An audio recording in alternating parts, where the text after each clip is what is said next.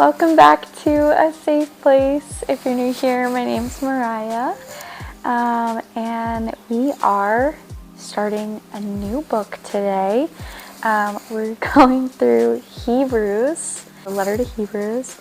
I'm excited for this. We're doing this during what some Christian sects call Lent. I do not technically observe Lent, but this year I kind of am. I don't know, I'm researching, figuring out how it started. It's not technically biblical in my personal opinion, which is probably the only reason that I do not observe it. But the premise behind it is really awesome, and I think that it's worth looking into. So that's what I am doing this year for that, and I'm kind of taking you guys along for the journey, I guess, even though the journey really started with you guys. Someone asked for it, and so that's why we're doing it. But that being said, I want to keep this channel scripturally rooted, and so we're going to be going through Hebrews while we go along through this. So there will be 2 uploads each week that are in Hebrews. So we're going to do chapter 1 today. We'll do chapter 2 later on this week. And then there will be 1 video that is miscellaneous, if you will. I have no idea what the actual topic will be on, outside of the fact that we are going to go over Lent, why people celebrate it, what it's about, how people typically practice observing it, and yeah, I clearly don't know what I'm talking about. So if you're listening to this and you're someone who observes Lent or has observed Lent in their life and you're like, why is she wording things that way? I don't know what she's talking about. Just stick with me because I don't know what I'm talking about either. I did get a mic. I don't know if this is going to help. I'm pointing to it as if you can see it, but I clipped it underneath so that you couldn't. If it helps, it helps. If it doesn't, this could be a completely botched video. So that being said, I'm uploading on Mondays. I kind of would like to do Sunday evenings instead of Mondays. If you're someone with a preference, comment down below, I guess. But if not, yeah, I'm thinking about Sunday evenings around 5 instead of Monday mornings, but we'll see. And then Thursday mornings at 5 a.m. The miscellaneous video, I'm not really sure. Maybe Tuesday, maybe Wednesday. I'm just trying to get into a schedule that I can consistently keep up with and that's not confusing for anyone else. So, all right, let's get into Hebrews. So, a few things before we start.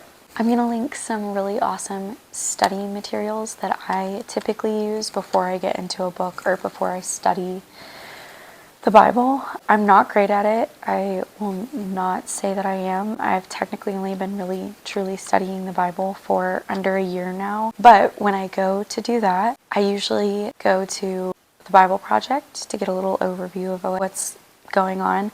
Lately I've been using the Spoken Gospel. That's what I used a lot in our past study, which I referenced a bunch.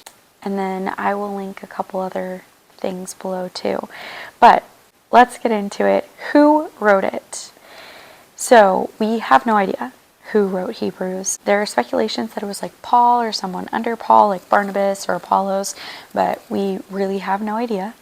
But it was most likely written to Jewish Christians in Rome under some type of persecution. The Spoken Gospel has an in-depth little discussion on this that will be one of the videos I link below. And if you're really interested in a deep dive into what they're talking about, why they're talking about it, and that kind of thing, I highly recommend that video. We're not going to get into all of that here because I do not want to come off as any kind of theologian that I am not. But yes, so Jewish Christians in Rome, likely under some type of persecution, and we know that because they needed some type of challenge or exhortation to continue to follow Jesus, even though it's hard.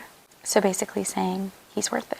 I love Hebrews, and way back when I was first saved, but Jesus was not Lord of my life. And I know you don't know anything about my testimony yet, but it is very ironic because I used to tell people that I really thought that Hebrews was the best way to get into the Bible because it was basically a summary of it. which is hilarious. But that's kind of true. And so I have a really, I don't know, a big passion for this book, so I'm excited to study it with you guys. Long ago, at many times and in many ways, God spoke to our fathers by the prophets. But in these days, he has spoken to us by his Son, whom he appointed the heir of all things, through whom also he created the world. He is the radiance of the glory of God and the exact imprint of his nature, and he upholds the universe by the word of his power. After making purification for sins, he sat down at the right hand of the Majesty on high, having become as much superior to angels as the name he has inherited is more excellent than theirs.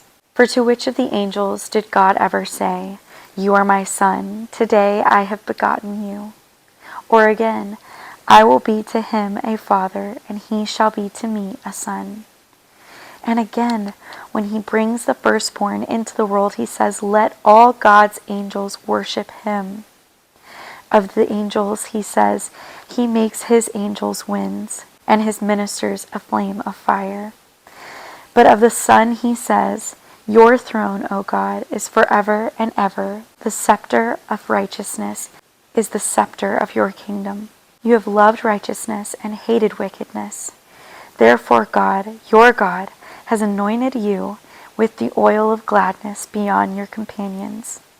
And you, Lord, laid the foundation of the earth in the beginning, and the heavens are the work of your hands. They will perish, but you remain. They will all wear out like a garment. Like a robe you will roll them up. Like a garment they will be changed. But you are the same, and your years will have no end." And to which of the angels has he ever said, "Sit at the right hand, till I make your enemies a footstool for your feet"? Are they not all ministering spirits sent out to serve for the sake of those who are to inherit salvation? So 2 main points throughout the book of Hebrews. This letter's main point is basically Jesus is superior. And 2, the letter is clearly challenging its readers to remain faithful to Jesus. So Jesus is superior. Remain faithful to him. Some characteristics that we see in this chapter: that Jesus is the heir of all things. He's a creator. He's the expression of God's glory. He's a perfect representation of God. He's sustainer of all things. He's Savior, and he's Lord. So the talk of angels and ministering spirits in this chapter is really interesting, right? Because in today's society and today's culture, like, it's really common, I feel like, for people to believe maybe in a higher power, or believe in spirits, believe, etc., etc. But they often deny Jesus. It's comforting a little bit, right? To know that we're not the only ones facing that. But what I will leave you with today is, do you consider yourself a spiritual or religious person? And if so, what is that based off of? What scale are you using to base that off of? Just something to think about. But I hope you have the most blessed Monday, and I will see you back here for sure on Thursday to get back in Hebrews. But maybe I'll do one of those little post things and let you guys know. I don't really know how YouTube works, but we're going to figure it out together. Yeah, have the most blessed day, and I will see you back here